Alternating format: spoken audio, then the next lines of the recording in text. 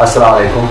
मैं आज legal awareness के सीरीज़ में स्क्रूटनी ऑफ डॉक्यूमेंट्स के बारे में आपको सामने कुछ प्रोग्राम पेश करना चाहता हूँ। आपको जैसा कि मालूम है कि जब भी हम लोग प्रॉपर्टी खरीदते हैं तो उससे खरीदने से पहले डॉक्यूमेंट्स की स्क्रूटनी करना बहुत इंपॉर्टेंट है कि वो डॉक्यूमेंट सही है या नहीं, प्रॉपर्टी के डॉक्यूमेंट जेन्युइन है या नहीं, उसमें कोई लीगल इशू तो इन्वॉल्व नहीं है। ये सब जानकारी के लिए हम लोग क्या करते हैं, एक उस डॉक्यूमेंट को स्क्रूटनी करने के लिए हम एक लीगल एक प्रोफेशनल आदमी को हम लोग अप्रोच करते हैं। और वो जब वो प्रोफेशनल आदमी अप्रोच करने के बाद जो वो सलाह देता है हमको, हम उस सलाह के ऊपर चल के उस प्रॉपर्टी को ख़रीदने का या छोड़ने का मन बनाते हैं। तो मैं आपको बताना चाहता हूँ इस प्रोग्राम के दौरान कि इनमें कौन कौन से डॉक्यूमेंट इंपॉर्टेंट्स हैं और कौन कौन से डॉक्यूमेंट आपको देखना चाहिए। ये सिर्फ ना सिर्फ आप ये जितनी जो मैं जानकारी वो पेश करने वाला हूँ, उस जानकारी से ना सिर्फ आपकी जो परेशानी कम होगी और जो आप जो डॉक्यूमेंट की स्क्रूटनी में जो पैसा खर्च करते हैं उससे भी आपको आपको उसमें भी आपको कमी आएगी। देखिए, जो डॉक्यूमेंट अब कोई से भी हम लोग लेते हैं, ज़मीन कोई भी लेते हैं तो कोई घर या ज़मीन, उसका एक डीड रहता है। वो या तो कभी most of the time sale deed रहता है जो उसने किसी से दूसरे से ख़रीदी है, या कभी कोई पार्टीशन डीड होता है जो कभी उसने दूसरे से कोई जो उसको ख़ानदान के हिस्से में जो प्रॉपर्टी मिली है वो, या फिर कोई रिलीज डीड रहता है जो उसकी फैमिली प्रॉपर्टी के अंदर कोई उसको हिस्सा रिलीज़ किया गया है, या कोई ऐसा कोई कोर्ट की डिक्री होती है जिसमें डिक्री के दौरान उसको कोई प्रॉपर्टी का टाइटल मिला है, तो उसको टाइटल डीड बोलते हैं। तो आप जब भी किसी भी कोई प्रॉपर्टी खरीदें तो आप पहले उसकी जो टाइटल डीड को पहले देखिए, वो टाइटल डीड किसके नाम पर है, उस टाइटल डीड में क्या उसका शेड्यूल है। और हर टाइटल डीड में जो उस प्रॉपर्टी की हिस्ट्री लिखा होना बहुत इंपॉर्टेंट है।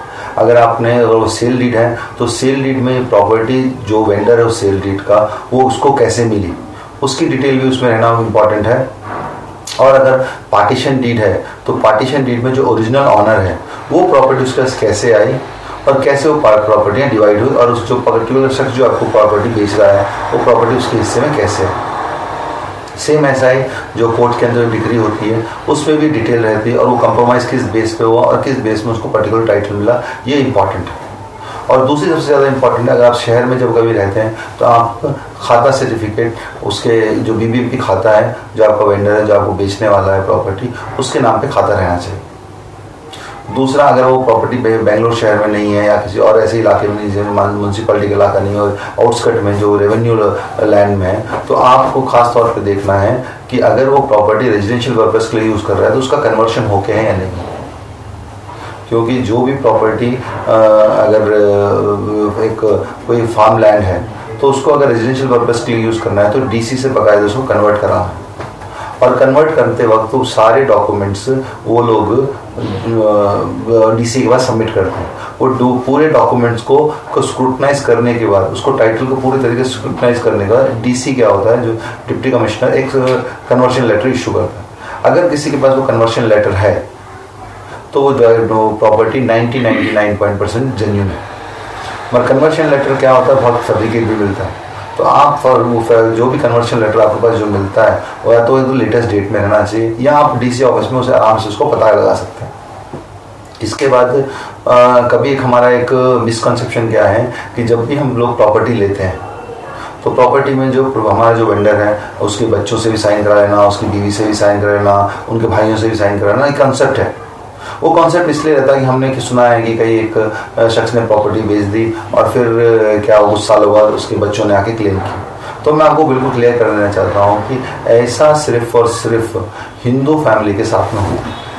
क्योंकि हिंदू फैमिली के अंदर क्या होता है, एक जॉइंट फैमिली कॉन्सेप्ट होता है जिसमें जो फादर या कोई करता वो क्या होता है, सिर्फ हेड ऑफ द फैमिली होता है या फैमिली का इंचार्ज होता है, और बाकी जो शेयर होल्डर्स होते हैं वो उनको भी उनका एक पूरा हक होता है। तो अगर कोई करता अगर कोई प्रॉपर्टी को डिस्पोज कर रहा है या कोई फादर डिस्पोज कर रहा है हिंदू फैमिली का as a Hindu family head, तो उसमें जो दूसरे मेंबर्स हैं उनका भी कंसेंट होना ज़रूरी है। अगर उसमें कोई माइनर मेंबर्स हैं तो माइनर के लिए कोर्ट से परमिशन होना बहुत ज़रूरी है, एक खास है। और ये केस मुस्लिम फैमिली में डिफरेंट है।